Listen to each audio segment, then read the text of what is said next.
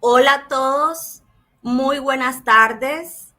Mi nombre es Andrea Felipe, yo soy la coordinadora del programa de matemáticas y les doy una bienvenida a este espacio que vamos a tener aquí con un invitado muy especial.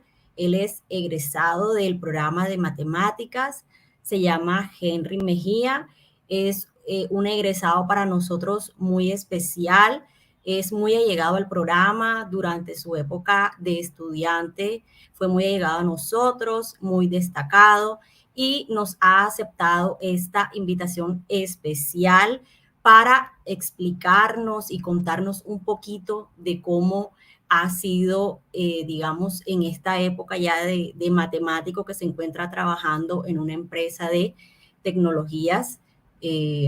Entonces nos va a contar un poquito sobre su experiencia, cómo fue que llegó a esta industria, a qué se dedica, como matemático, digamos, qué es en lo que se desempeña, más que todo como matemático en esta empresa.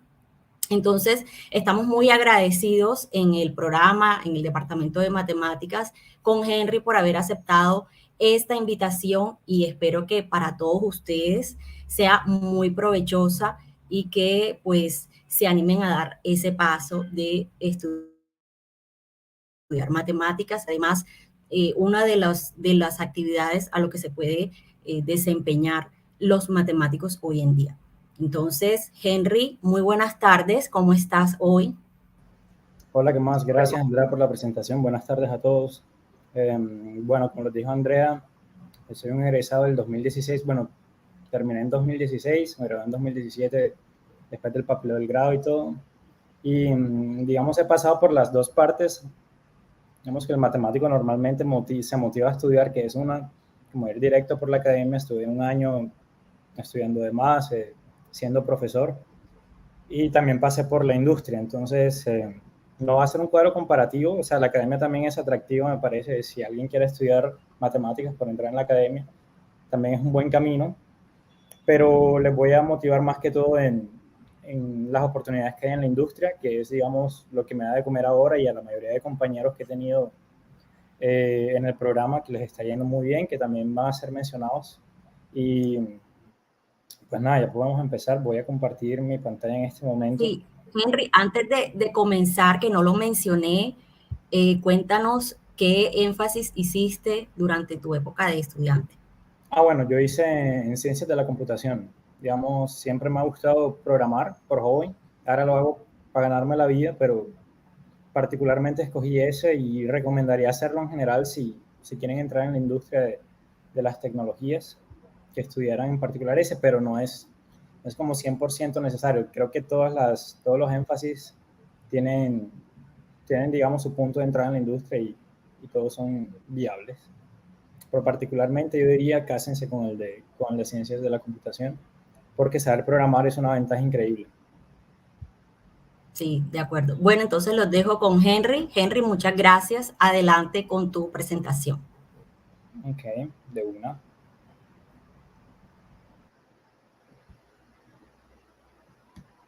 Ya pueden ver mi pantalla. Sí, Ok, perfecto. Bueno, entonces como dice el título de la presentación, lo que quiero es como mostrarles por qué el matemático es el perfil más sexy en la industria actualmente, particularmente en la industria de las TI, tecnologías de la información. Entonces, para llegar como a responder esa pregunta, lo más importante que tenemos que tener en mente es que había una versión de lo que eran las industrias de la tecnología de la información antes y una versión después. Hubo eventos que provocaron ese cambio de lo que era antes a lo que ya ahora. Y entonces, dado esos cambios, las consecuencias que trajeron es que nosotros fuéramos como muy importantes dentro de esa industria. Ya les voy a mostrar cómo. De pronto esa introducción va a ser un poco larga, pero me parece la única manera necesaria en la que puedo llegar a darle importancia en lugar de ponerme a hablar de matemáticas en sí mismo. Entonces, como les decía, los temas que vamos a involucrar la descripción de la industria, cómo es actualmente, luego la evolución, cómo era, qué cambios ha tenido y qué cambios ha implicado esos cambios previos en el mercado laboral que acarrea, qué desafíos tiene ahora, cómo se están abordando Y entonces ahí es donde sale uno como matemático, como protagonista de esas nuevas historias. Luego me enfocaré en los perfiles de ciencia de datos, que es donde nosotros más participamos sobre todo, pero no son los únicos. Y simplemente les mencionaré algunos casos. Hay muchos, se me olvidaron algunos, otros no los olvidé, pero no quería dañar la diapositiva, entonces se me pasaron por alto algunos por esas razones y después me pueden hacer preguntas. Listo, entonces continúo, dejen las preguntas todas para el final, porque no estoy viendo realmente qué están escribiendo, estoy viendo solo las diapositivas. Bueno, esa definición que están viendo en la diapositiva es de TechTarget y es de hace 3 meses. Si bien eso no tiene sentido, para eso estamos aquí, para darle un aterrizaje a esa definición, pero básicamente ahí está enfocado en entregar business value a cada evento, a cada transacción informática. Es decir, bueno, todo lo que involucra tener un negocio funcionando actualmente es integraciones tecnológicas, por ejemplo, el mero hecho de que te integres con WhatsApp para vender o con Rappi, y ahí estás haciendo uso de las industrias de las tecnologías de la información. Y bueno, todavía no le he dado sentido a esa definición, pero va a tener más sentido cuando les diga lo siguiente. En los negocios donde todavía el Internet no se ha democratizado, digamos, el acceso a la tecnología de la información era muy elitista para darle valor a las empresas. Es decir, solo una empresa grande podía darse el lujo de comprar un SAP o tener un paquete de Office original y llevar cuentas de los procesos administrativos. Básicamente todo se hacía, todo lo de tecnología era para llevar contabilidad, procesos administrativos como recruiting y cosas así. Y entonces los software eran software empresariales, SAP y cosas que ya están como mandadas a recoger, pero igual vale la pena que lo sepamos. Entonces, esta definición es un poco más amplia porque ahora la industria de las tecnologías tiene muchas cosas. O sea, ahora podemos entrar a una página web, podemos comprar desde la página web y ahí SAP no aparece por ningún lado, ahí aparecen simplemente servicios que se están manejando desde servidores y es una cosa más fácil de hacer que antes. Ya cualquiera puede montar su startup y vamos a ver las razones por las que cualquiera puede hacerlo.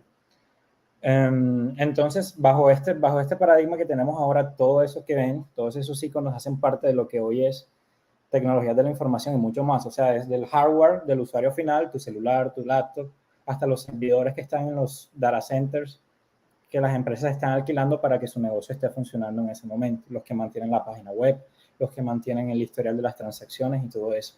Entonces ya los demás que eran como legacy están mandados a recoger. Pero la pregunta aquí inicialmente es, ¿cómo se dio? ¿Cuál es el proceso que permite que pasemos de un punto a otro? Si bien antes estábamos, digamos, en la época industrial, ya no podríamos decir que estamos en esa misma era. Ahora, si bien ustedes conocen la era en que estamos ahora, se llama la era digital. Entonces, la transformación se llama básicamente la transformación digital. Eso es un proceso que tiene 3 capas. Entonces, primero hablemos de la capa de digitización, porque tenemos que tener claro de cuáles son los procesos que están generando datos y de dónde nos estamos alimentando nosotros los matemáticos. Digitalización es básicamente poner información del mundo real como información de software. Es decir, por ejemplo, tú grabas un video, la cámara está recogiendo información real, física, y la está guardando como bytes en algún tipo de archivo en tu cámara o en tu celular, lo que sea. Eso es lo que está haciendo una cámara, digitizar. O el simplemente hecho de darle clic a algo, está recibiendo un input externo y lo está convirtiendo en pues, lo que dispara el clic, ya sea apretar un botón o lo que sea. Ya eso no es, ya la parte de digitizar es cuando tú le estás dando el input, es básicamente darle inputs a un dispositivo. Y la digitalización significa que ya estás utilizando esos datos que ya están digitizados, ya están dentro del computador y eso dispara procesos. Esos procesos están facilitando, quizá empeorando, si se hacen mal, la vida de nosotros diariamente. Entonces, ahí sí se llega a la definición de la transformación digital, es utilizar las tecnologías de digitalización para el beneficio de tu compañía. Entonces, ahí es donde se ve la pirámide, entran los datos, crean procesos y esos son los que nos tienen tal cual como ahora. Y listo. ¿Qué implicaciones tiene eso en la industria? Antes, ¿qué significaba una transacción? Una transacción era básicamente un intercambio de dinero o de un bien por otro, en el concepto de industria anterior. Ahora, de manera como nosotros podemos escalar los diseños webs que se hagan, ya no dependemos de software legacy, sino que podemos hacer software más robusto. Tenemos la facilidad de guardar muchos datos y cada dato tiene un business value. Dentro de ese paradigma, entonces tiene sentido hablar de que una transacción es algo donde ya no estás realizando una operación contable, sino un intercambio de datos. El mero hecho de hacer un clic en Facebook, darle like a una foto, lo que sea, un comentario, ya eso es una transacción. Y eso tiene business value para Facebook y para el que le está pagando a Facebook para hacer advertising. La compra misma, obviamente, es un intercambio de datos. Y también es una operación contable, o sea, básicamente se extiende, enviar un mensaje también se considera una transacción. Entonces, la siguiente observación que hago acá es que la computación pasa de ser on-premise a funcionar en la nube. ¿Qué es on-premise? Lo que les decía, yo soy una empresa que tiene mucha plata, en 1997 por ahí, digamos, el internet estaba enterito todavía. Yo compro un servidor on-premise, yo mismo lo manejo, yo mismo lo administro, yo soy físicamente responsable de los datos que hay ahí y mi negocio va a funcionar ahí. Así trabajan la mayoría de los bancos colombianos todavía, de hecho. Y por otro lado está la computación en la nube, en la que yo le digo a un proveedor de servicios como Amazon Web Services, Google Cloud o Microsoft Azure, hey, yo te voy a alquilar servidores y voy a montar mi negocio básicamente en tu nube. Eso es, digamos, más sostenible porque esas empresas de servicio lo que hacen es hacerte más escalable la computación y es más fácil de llevar el negocio. Entonces, cuando vean que algo, no, Bancolombia se cayó, pues Bancolombia no funciona en la nube, Bancolombia funciona todavía con tecnología legacy. Y ese es el problema en general de muchas compañías que no han tenido como la visión todavía para hacer los saltos por miedo. Pero digamos, el business value que se pierde por no hacerlo es amplio. Entonces, por eso los bancos extranjeros de a poco van quedándose con ese valor agregado de a poco. Bueno, entonces aquí es este diagrama todo feito, lo saqué de un artículo que estaba leyendo sobre la evolución de las TI.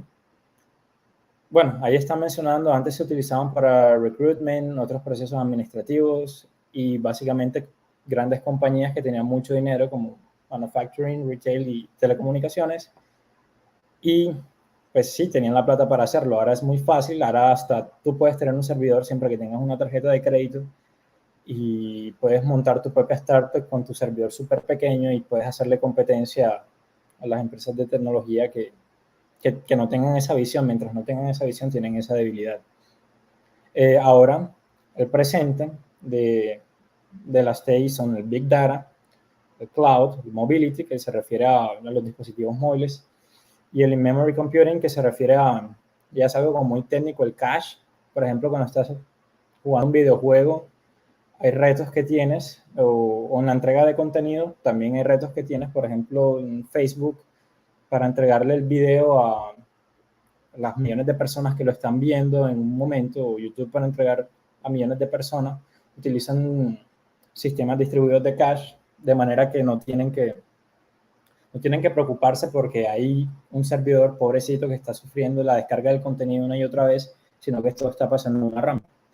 Y en el futuro, pues no se sabe. El autor es como, quién sabe qué va a pasar después. Sin embargo, podemos decir que el Big Data se va a mantener por algo que les voy a mostrar después. Listo. Ahí ya casi entramos nosotros los matemáticos a responder, a sacar la cara. ¿Cuál es la implicación en el mercado laboral? Como ya la tecnología se está haciendo de manera diferente, ya la tecnología transaccional se está haciendo de manera diferente, el skill set que se tenía antes ya no es muy útil. ¿Qué es el skill set? Es, digamos, cuáles son tus soft skills, es decir, tu trabajo en equipo, tu capacidad de autoaprendizaje y los hard skills, que son pues tus skills técnicos, los lenguajes de programación que has trabajado, o por ejemplo tu conocimiento en matemáticas también, para considerar algo técnico. En general es como lo personal contra lo técnico, ellos forman el skill set. Entonces el skill set, bueno, ella escribí IT, Information Technologies, ha cambiado. Entonces ahora vemos cómo ha cambiado y ahí es donde vamos a decir si el matemático definitivamente tiene que aprovechar este uno. Lo otro que aumentó es la demanda, como ahora cualquiera puede sacar una startup y puede progresar teniendo una startup, o en general las empresas que ya existían les ha tocado cambiar el modelo para no perder el business value que hay por ahí. Entonces se ha hecho necesario, para mantenerse en la competencia, contratar muchas personas dentro de este cambio laboral. Y también eso implica que el mindset empresarial tiene que cambiar. ¿Por qué? Pasa mucho que es difícil retener el personal, porque llega alguien y te está pagando más precisamente por el aumento de la demanda. ¿Eso que implica? Que te tienen que tratar bonito. Entonces, seguramente si eres un matemático que va a trabajar en la industria, vas a darte cuenta que te van a tratar muy bonito, te van a pechichar mucho, y es básicamente para que tú no te vayas. Y luego, pues la otra consecuencia es que salieron profesiones emergentes. O sea, no es solo cambiar el skill set para las profesiones que ya habían, sino que tuvieron que inventarse un montón de frameworks, un montón de profesiones para entregar ese business value. Listo, entonces aquí vamos a escribir cómo es el cambio en el skill set o en los skill groups. Entonces, si ven los que están de primero, bueno, primero vamos a aplicar la gráfica. Esto es sacado de el foro, ¿cómo es? El foro mundial, se me olvidó el nombre. Pero bueno, total. El foro económico mundial, aquí está acá abajo, sí. Listo, entonces, ¿en qué consiste ese gráfico de ahí arriba? Básicamente te está diciendo el cambio en la relevancia de los skill groups. Entonces, por ejemplo, si vemos la primera, te está diciendo que muy poquito se hizo, o sea, en muy poquitas empresas, puede decirse que en el 1% de las empresas, alcanzo yo a calcular el valor, en el 1% de las empresas encuestadas, este skill set es menos importante que antes. No sé en qué empresa puede ser, pero algunas respondieron eso. En una otra gran parte, que no se puede ser un 20%, tiene la misma importancia, pero en la gran mayoría esto se hizo el más importante, igual el problem solver. Entonces ahí es básicamente donde yo digo, ese par de skills son los que caracterizan a un matemático de la Universidad del Norte, y ahí es donde uno puede sacar el provecho totalmente, y es por eso que tenemos mucha ventaja con respecto a otras profesiones. Por ejemplo, las mismas profesiones que son de software, como ingeniería de sistemas, o otras que no son tanto de software, pero se aprende mucho de eso, como ingeniería electrónica. Creo que nosotros los matemáticos tenemos una ventaja en el nuevo mindset que tienen las compañías con ese cambio de skill sets. Digamos, estos de acá, self-management, working with people, todos estos son soft skills, entonces no dependen tanto de lo que hayas estudiado, si bien sí se puede hacer como un perfilamiento y la gente puede tener como prejuicios de decir que el matemático no tiene esos skills. La historia está demostrando que no es así. Estos cortos años con estas nuevas profesiones han demostrado que no es así, y que en realidad estas son cosas que cada uno de nosotros puede ganar por nuestra cuenta, no es nada técnico. Y después venimos más abajo, technology use and development. Eso también es técnico, y es algo que está completamente en nuestro alcance. Este también tiene mucha importancia, de hecho es el cuarto, y está completamente a nuestro alcance, sobre todo si, como les decía, les hacía propaganda del énfasis en sistemas. Si hacemos ese, ahí tenemos mucha ventaja. ¿Qué significa core literacy? Significa que conozcas muy bien la empresa nueva donde vas a trabajar. Es decir, Si yo voy a trabajar, yo soy ingeniero de datos, soy matemático, pero mi profesión ahora de lo que vivo se llama ingeniero de datos. Si voy a trabajar en una empresa nueva y no conozco los datos con los que voy a trabajar, yo no puedo hacer absolutamente nada con eso porque primero me tienen que hacer una inducción, ya después sí voy a entender el valor de los datos en cada cosa que yo haga. Entonces, básicamente lo que quiere decir literacy, que tú entiendas desde dentro de la empresa. Y pues eso no es algo que tú puedas estudiar, sino algo eso es un proceso dentro de la empresa, entonces no es algo que te debe importar de antemano.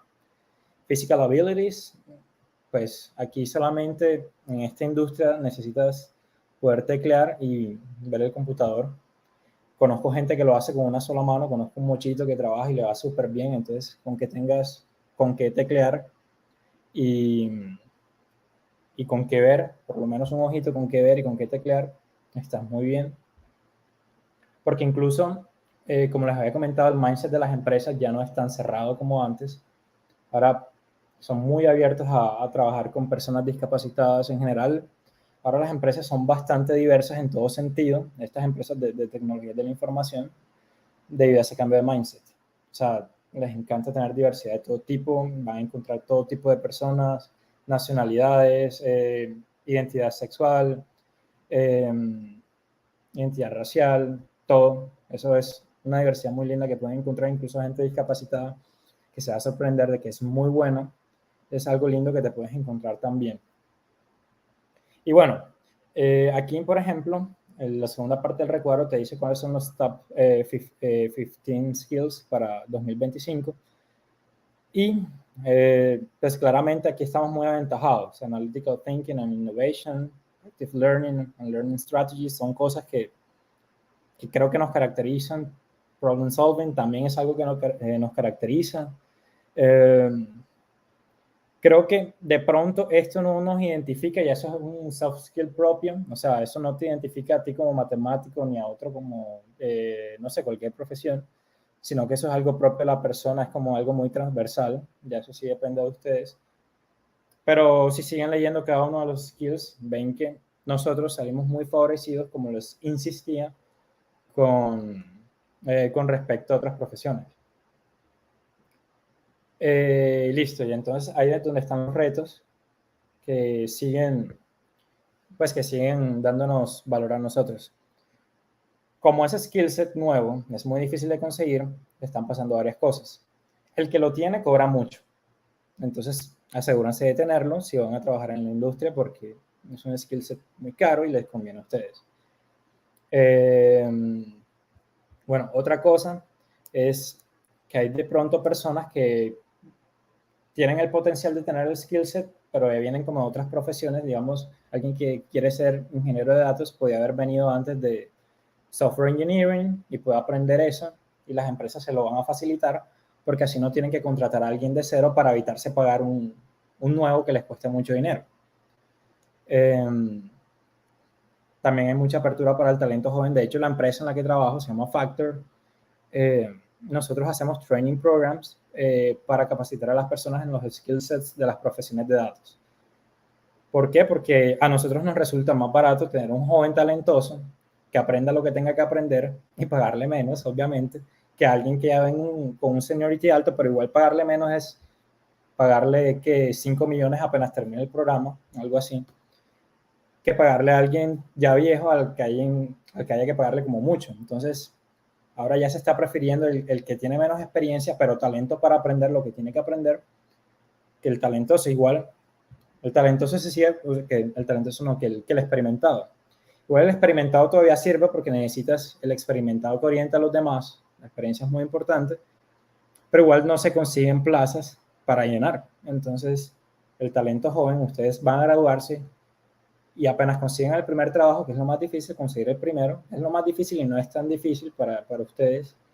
El segundo y el tercero van a hacer cambios muy rápidos en el sueldo. O sea, ese es un patrón muy bacano. Van a conseguir un primer trabajo donde les pagan normalito, el segundo y el tercero va a ser un empujón muy rápido porque ya van a tener la experiencia. Entonces ya hacen parte de este primer grupo.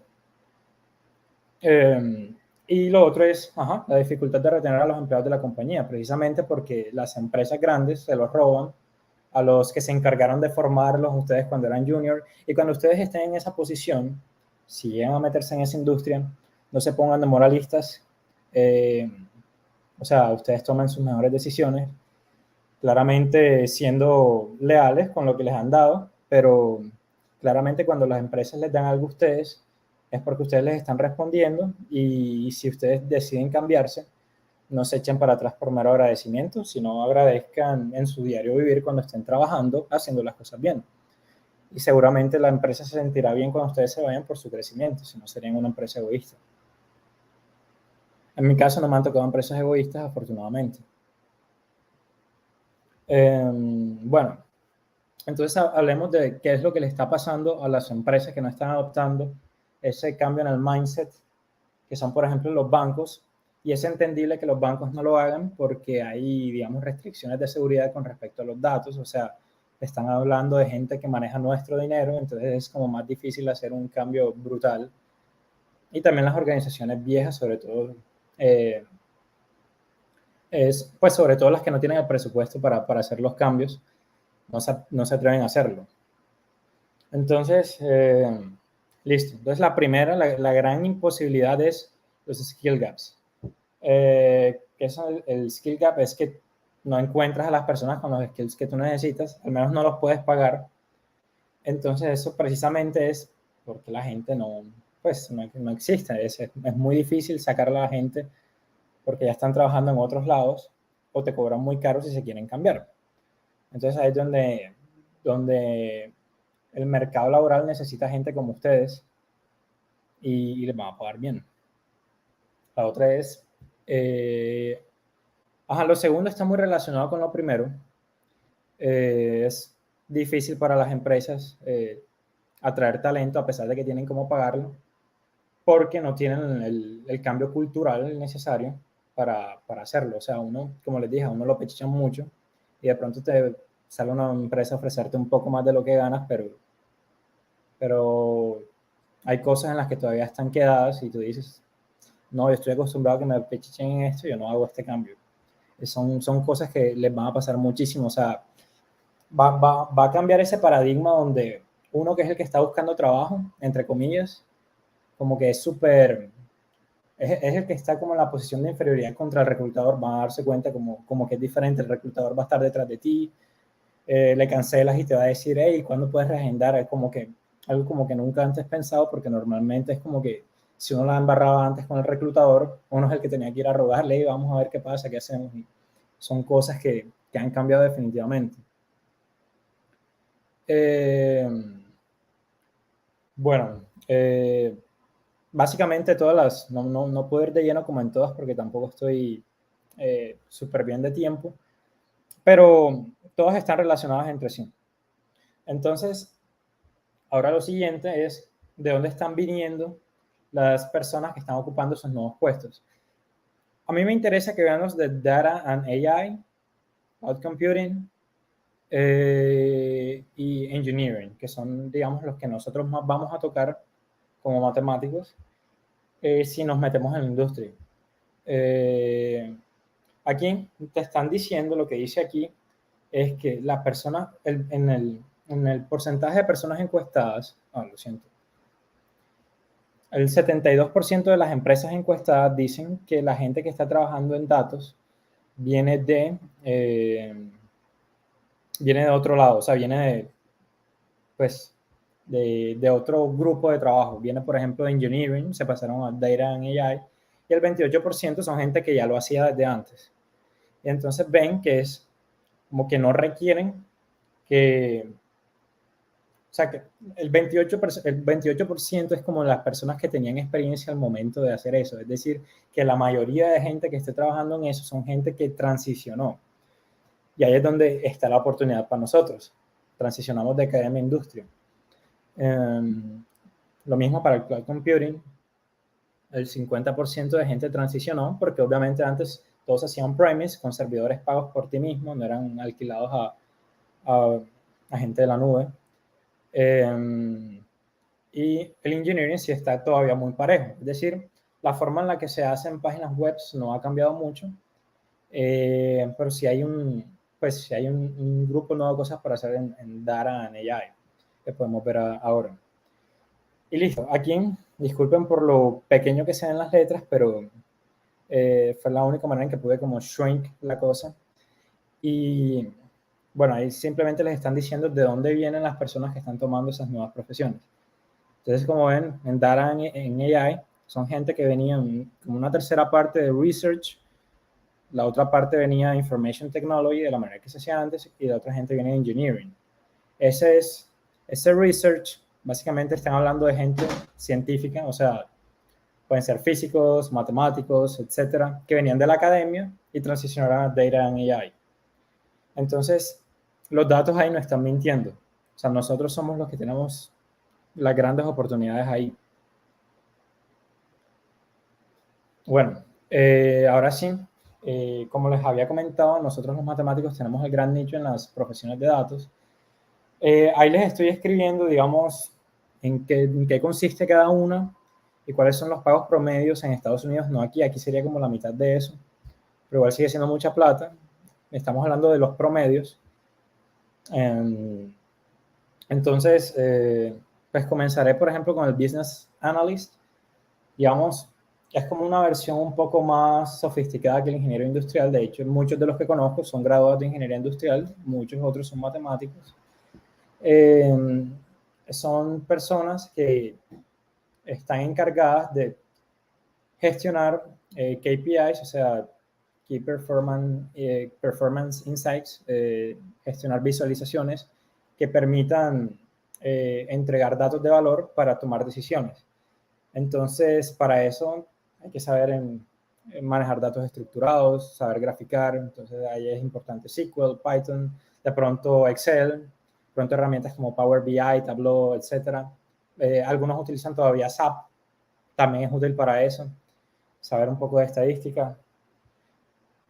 Por otro lado está el AI Engineer, que es como Machine Learning Engineer. Son gente encargada de crear modelos de Machine Learning que ofrecen una solución. Y también sirven para hacer marketing. ¿Cómo hacen marketing? Perfilan a la gente dentro de grupos de acuerdo a comportamientos que el mismo modelo de Machine Learning determina. Entonces dice, para este usuario, por ejemplo, en Facebook, a ti te llega un ad porque un modelo Machine Learning determinó que tú eras como más posible en convertir en un cliente para el que está promocionando su ad que otra persona.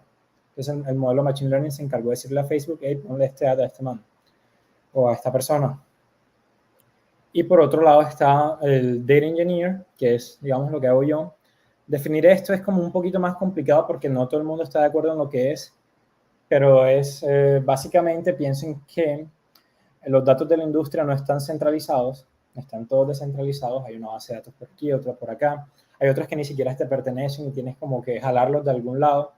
Entonces, para que las otras dos profesiones puedan trabajar tranquilamente y cómodamente, el ingeniero de datos tiene que hacerle transformaciones a los datos, purificaciones a los datos, automatizarlos y lidiar con millones de datos, lo que lo hace exigente en cuanto a las tecnologías que tiene que utilizar para eso y los costos que se incurren. Digamos, aquí los retos es poder no gastar mucha plata en poder computacional y entregar datos muy rápido.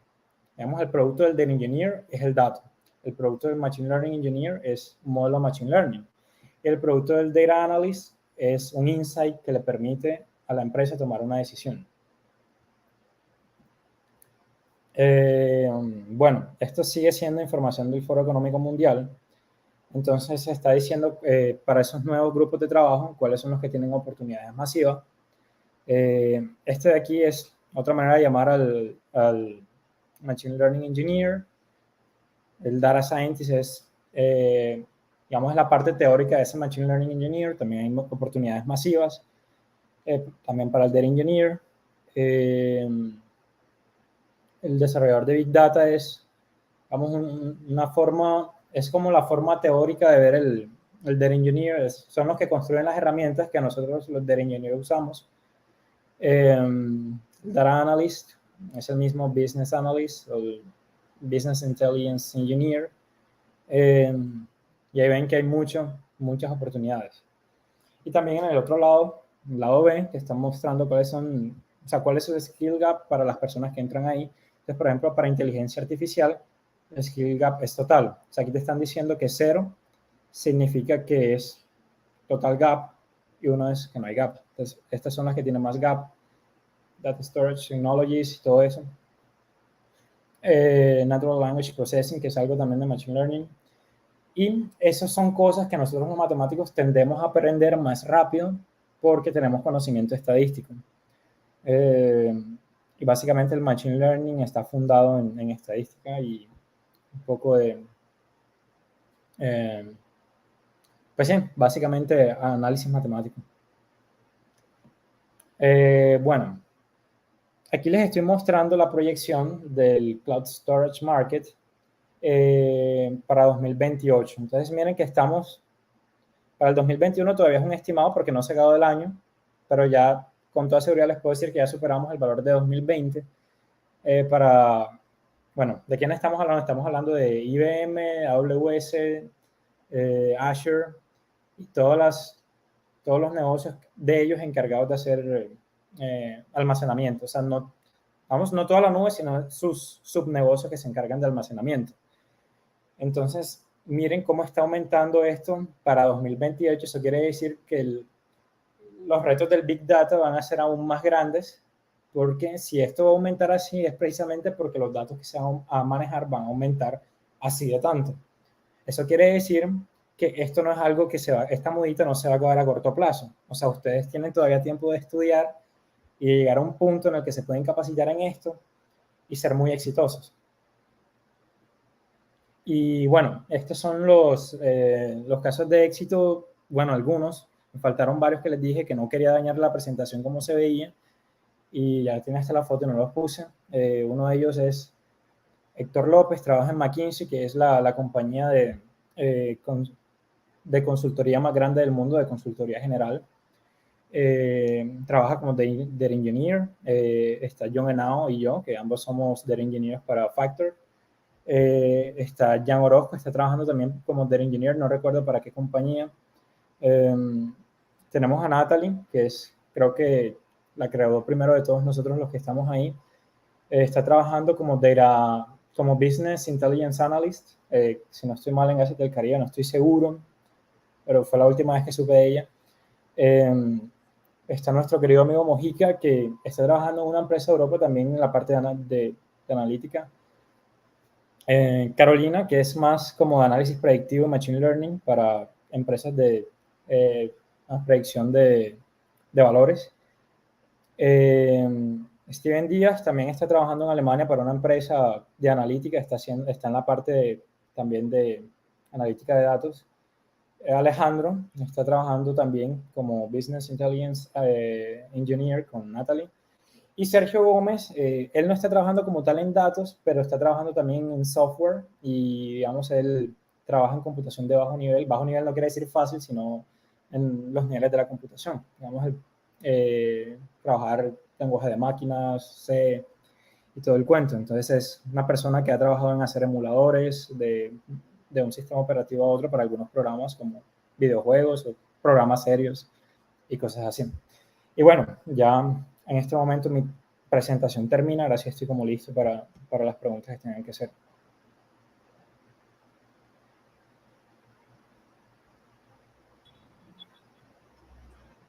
Bueno, Henry, habían ahí algunos de los egresados que no sabía en qué estaban trabajando, por ejemplo, Steven Díaz, quería saber en qué estaba, tenía esa curiosidad porque hace poco me acordé de él y bueno, me actualicé contigo.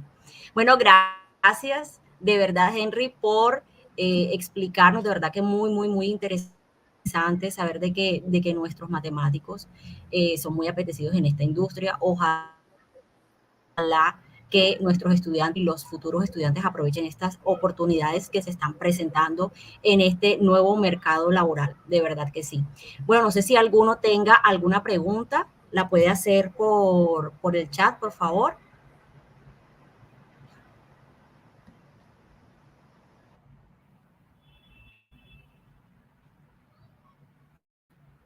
Bueno, si en caso tal estás viendo esta grabación después por el canal de YouTube de la universidad.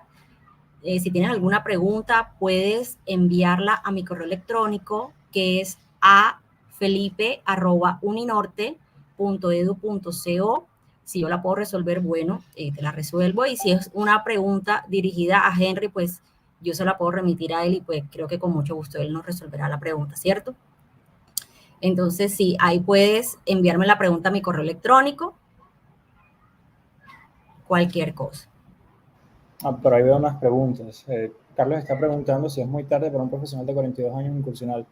No, pues la verdad no, para nada. Como te estaba comentando, el mindset de las empresas ha cambiado bastante en ese sentido y se entiende que se permite mucha diversidad. Digamos aquí lo más importante, lo más importante que las empresas les están requiriendo a los profesionales. Yo también hago parte de la selección de personal donde trabajo, de hecho, y lo sé porque conozco la política de antemano, es lo importante, el valor más increíble que tiene el empleado es qué tan capacitado está él para aprender, no qué tanto sabe.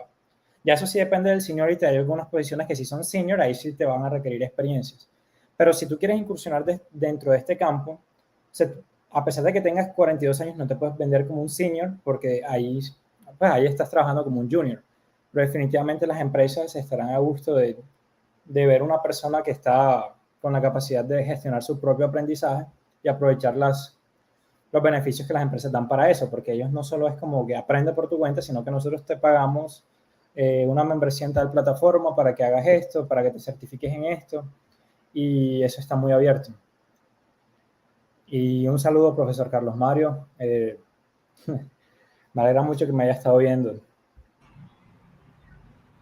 Sí, ahí están también nuestros docentes conectados. Algunos de nuestros estudiantes también están por ahí conectados. A todos bienvenidos y gracias por haber estado en esta charla. ¿Quién más tiene alguna pregunta o comentar? Bueno, ahí el profesor Carlos hizo una pregunta, Henry.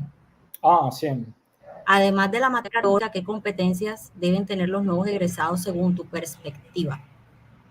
Ok, bueno, la verdad, por ejemplo, he visto que la universidad no solamente tiene el programa de matemáticas, sino el de ciencia de datos, digamos hablando en particular de este campo. Si bien la parte teórica, que me parece que está bien hecha, está bastante bien fundamentada, y eso es muy importante, digamos, para la persona que va a transicionar a Machine Learning o Data Analysis.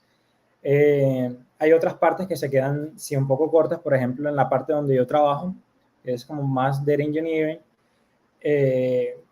Me gustaría como que los programas le dieran un poco más de experiencia industrial, de retos industriales, de hacer como talleres, campings, para que los estudiantes puedan experimentar eso.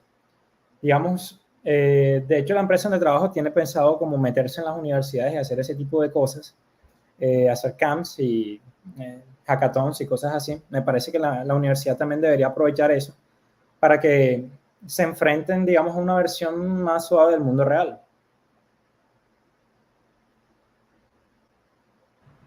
Digamos que como habilidades que sean, que acerquen como más a la práctica y al mundo real, es lo que te refieres. Exactamente. En donde uno pueda vivir los soft skills y calificar los soft skills desde antes de salir al mundo real, por ejemplo. Ujú. Eh, Habilidades blandas, como le decimos aquí en español, Henry. ajá. Habilidades blandas. Pero es mejor decirlo en inglés porque seguramente todas las entrevistas que van a tener van a ser en inglés. Bueno, sí, sí, sí. Pero entonces, te referías a eso, de las poder desarrollar desde antes de graduarse las habilidades blandas a través de estas experiencias reales, en el campo real. Exacto. Ok, muy bien. ¿Qué otra pregunta tenemos por allí?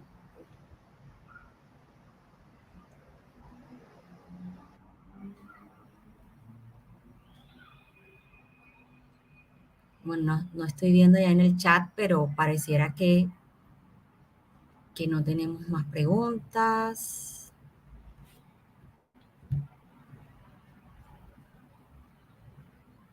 Ok, parece que no entonces. Entonces sí, si ya No, finalizamos esta Sí, sí, ahí. Yair Bayar, gracias, Henry. ¿Qué material recomiendas para los chicos y en este campo? Hola, Yair, ¿qué más? Bueno, vamos, hay muchas maneras de aprender gratuitamente. Lo primero que hay que aprender, que digamos, es aprender a programar. Eh, por ejemplo, está la posibilidad de hacer cursos en Coursera como auditor en lugar de hacerlos pagando. No necesitas ningún certificado ni nada de eso para comenzar. Coursera me parece un buen sitio para aprender sobre ciencias de datos, precisamente porque Andrew Ng, que es el jefe de, pues, de ciencias de datos en la Universidad de Stanford, fue el mismo que creó la plataforma. Él es la persona más avanzada en el tema y pues, los profesores que enseñan son los profesores de Stanford en su mayoría. Entonces esa gente tiene muy claro cómo va la industria y la manera en que enseñan esos campings son muy, muy aterrizadas. Entonces yo te sugeriría primero hacer online learning por tu cuenta, aprender a programar Python, sobre todo Python, y SQL o SQL, como les decimos también, y a partir de ahí ya puedes empezar a hacer cosas por tu cuenta. O sea, ya a partir de ahí se te va a abrir el mundo, digamos, de las cosas que puedes hacer. Y de pronto alguna bibliografía, además de aprender a programar y aprender Python, alguna bibliografía en específico o... Una bibliografía en específico, bueno, Daniela Mestra dice que dejar el nombre de la plataforma Coursera, pero igual también está, ¿dónde lo puedo escribir? Yo no tengo acceso al chat. Pero está Coursera, está Udemy, que también permite auditar. Y está una muy interesante no es tanto para aprender la sintaxis de la programación, sino para tener retos de programación, que se llama HackerRank. Esa es chévere porque te pone reticos muy bacanos y vas avanzando. Bueno, ¿qué otro material puede ser? El material bibliográfico, ya eso depende de qué énfasis quieres tomar, porque, digamos, esas tres profesiones que mencioné dentro del mundo de los datos son totalmente diferentes. Y entonces, por ejemplo, para ingeniería de datos, yo puedo recomendar por ahí Data Intensive Applications, Systems Performance y cosas que son como muy orientadas a Software Engineering. También el tutorial de Spark, de Really, pero digamos, no vale la pena estar pensando en eso ahora hasta que no tengan, digamos, lo primero ya asegurado. Porque igual de las otras profesiones que son Data Analysis y Data Science o Machine Learning Engineering, digamos, la bibliografía es totalmente diferente y yo no me siento en capacidad de decirle léete esto, porque no es lo mío. No sé si nos pueden habilitar el chat por si acaso quieres escribir ahí tus recomendaciones, Henry. Oye, Carlos escribió. Y ahí Carlos escribió, sí, ok. Coursera y Udemy. Sí, perfecto. Ok, muy bien. Vamos a responder una última pregunta, si la hay, o algún comentario.